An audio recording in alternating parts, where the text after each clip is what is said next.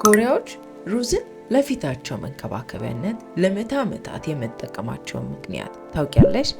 በአሚኖ አሲድ በስታርች እና አንታይኦክሲደንት የበለጸገውን ሩዝ ፊትሽ ላይ ያለ ጥቋቁር ነጠብጣብን ሊያነሳልሽ፣ ግንባርሽና ጉንጭሽ ላይ የሚወጣ ቡግርን እስከ መጨረሻው ሊያጠፋልሽ፣ በፀሐይ ተጎድቶ የተጎሳቆለና የጠቆረ ፊትሽን ጥርት እንዲል ሊያደርግልሽ እንደሚችልስ፣ ያለ ዕድሜሽ እየተሸበሸበ ያስቸገረ ፊትሽን ውጥር እንደሚያደርግልሽስ።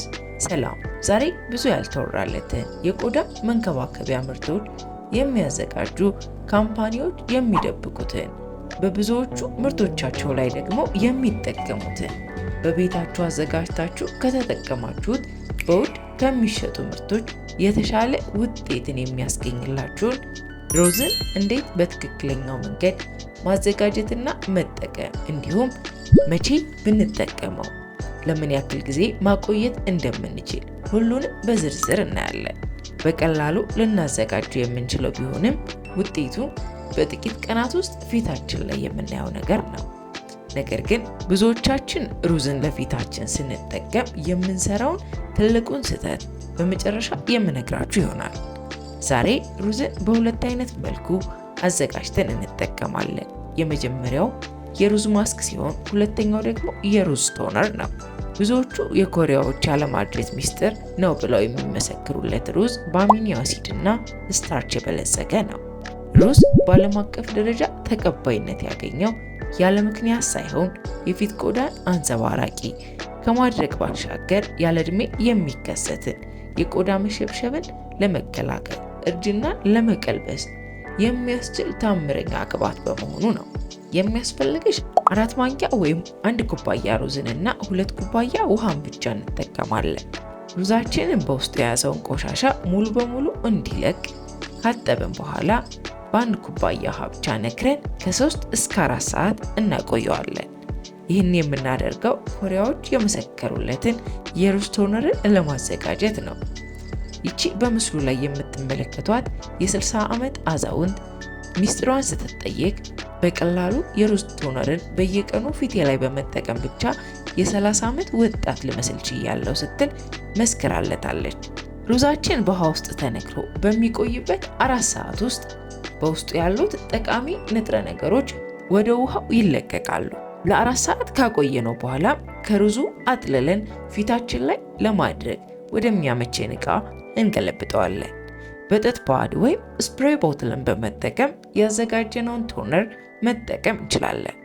አጠቃቀሙን በዝርዝር ከማየታችን በፊት የሩዝ ማስክን እናዘጋጃለን።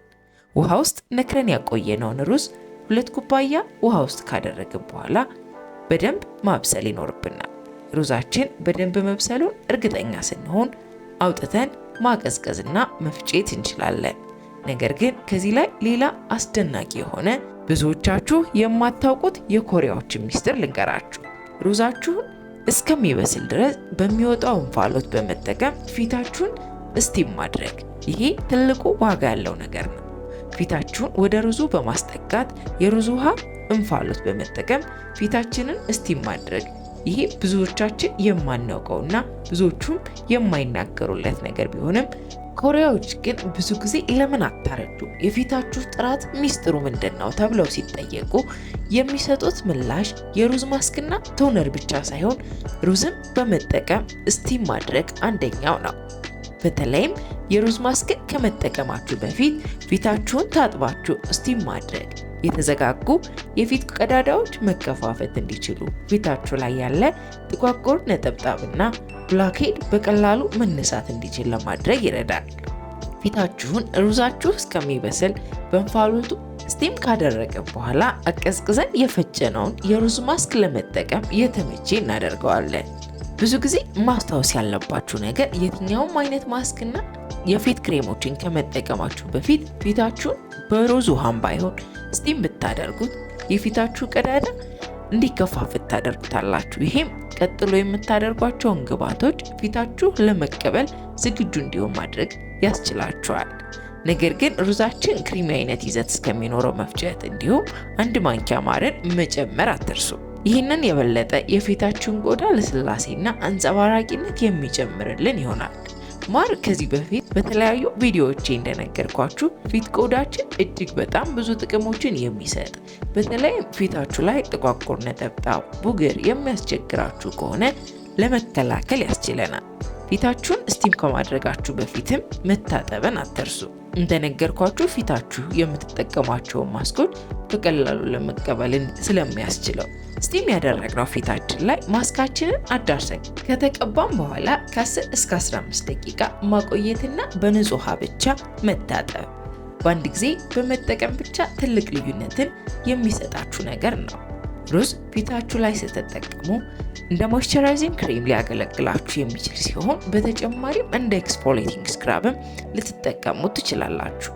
ምክንያቱም ፊታችሁ ላይ የተከማቸ የሞተ የፊት ቆዳን ለማስወገድ በተመሳሳይ ጊዜም ለፊታችሁ ሃይድሬሽንን ወይም እርጥበትን ለመስጠት የሚያስችላችሁ ማስክ ስለሆነ ነው። ያዘጋጀነው የሩዝ ማስክ በሳምንት 2 ጊዜ ልንጠቀመው እንችላለን። ነገር ግን በዋነኝነት የሩዝ ማስክን ስንጠቀም የምንሰራው አንደኛው ስህተት ካዘጋጀነው በኋላ ፍሪጅ ውስጥ አለማስቀመጥ እንዲሁም ከተበላሸ በኋላ መጠቀም ዋነኞቹ ሲሆኑ፣ ሌላኛው ስህተት ደግሞ ፊታችሁ ላይ በየቀኑ መጠቀም ነው። ፊታችሁ ላይ የሩዝ ማስክን በሳምንት ከ2 እስከ 3 ጊዜ ብቻ መጠቀም በቂ ነው። የሩዝ ማስክ በማቀዝቀዣ ቤት ውስጥ ከ1 ቀን በላይ ባታስቀምጡትም ይመከራል። የሩዝ ማስክን በተዘጋጀ ቀን ብቻ ብንጠቀመው የተሻለ ነው። ይህን ማድረግ ካልቻላችሁ ደግሞ ከ1 ቀን በላይ ባታቆዩት ይመከራል። የሩዝ ቶነር በተመሳሳይ መልኩ ፊታችንን ከታጠብንና ንጹህ ከሆነ በኋላ በመርጫ ወይም የጥጥ ፓድን በመጠቀም ፊታችን ላይ መቀባት እንችላለን። የሩዝ ቶነር በየቀኑ ለፊታችን ልንጠቀመው የምንችለው ነገር ሲሆን ከሌሎቹ የፊት መንከባከቢያዎች ጋር በማቀናጀት ልንጠቀመው እንችላለን። የፊት ቶነራችን ካዘጋጀነው በኋላ ከ3 እስከ 5 ቀን ድረስ ፍሪጅ ውስጥ ልናስቀምጠው እንችላለን። ሽታው ከቀየረ ወይም ደግሞ ቀለሙ ከተለወጠ ወዲያውኑ ደፍታችሁ አዲስ ማዘጋጀትን አትርሱ። እነዚህ የሩዝ ማስክና ቶነር በተጨማሪ የሩዝ ስቲምን ለመጠቀም ወይም ፊታችሁ ላይ ለመሞከር ካሰባችሁ ኮሜንት ማድረግን አትርሱ። በእርግጠኝነት ትልቅ ልዩነትን የሚያሳያችሁ ነገር ነው። ነገር ግን ስትጠቀሙት ቆዳችሁ የሚቆጣ፣ የሚቀላ፣ የሚያሳክካችሁ ከሆነ ወዲያውኑ አቋርጦት፣ ምክንያቱም አለርጂክ ሊሆን ስለሚችል። ለውጥን ካገኛችሁ ደግሞ ምስክር መሆንንና ሌሎቹም እንዲጠቀሙት ማበረታታትን አትርሱ። ሌላኛው መርሳት የሌለባችሁ ስታዘጋጁት ሁልጊዜም ቅደም ተከተሉን በአግባቡ መከተል። ሩዛችሁን፣ ቶነሩን ወይም ማስክን ከማዘጋጀታችሁ በፊት በትክክልና በአግባቡ መታጠብ፣ ቆሻሻ እንደሌለው ማረጋገጥ። እንዲሁም ማር አለርጂክ ከሆነባችሁ በማር ምትክ እርጎን መጠቀም ወይም ሩዝ ማስኩን ብቻውን መጠቀም የምትችሉ ይሆናል። አብራችሁኝ ስለቆያችሁ በእጅጉ አመሰግናለሁ። በቀጣይ እንሰራላችሁ የምትፈልጉት ማንኛውም ነገር ካለ ኮሜንት አድርጉልኝ። እንዲሁም በዚህ ቻናል ላይ ማስታወቂያ ማሰራት የምትፈልጉ ግለሰቦች ወይም ድርጅቶች ካላችሁ ምስሉ ላይ በምትመለከቱት የኢሜል አድሬስ ወይም ስልክ ቁጥር ልታናገሩኝ ትችላላችሁ። በድጋሚ እስከምንገናኝ ሁላችሁም በያላችሁበት ሰላም ቆዩ።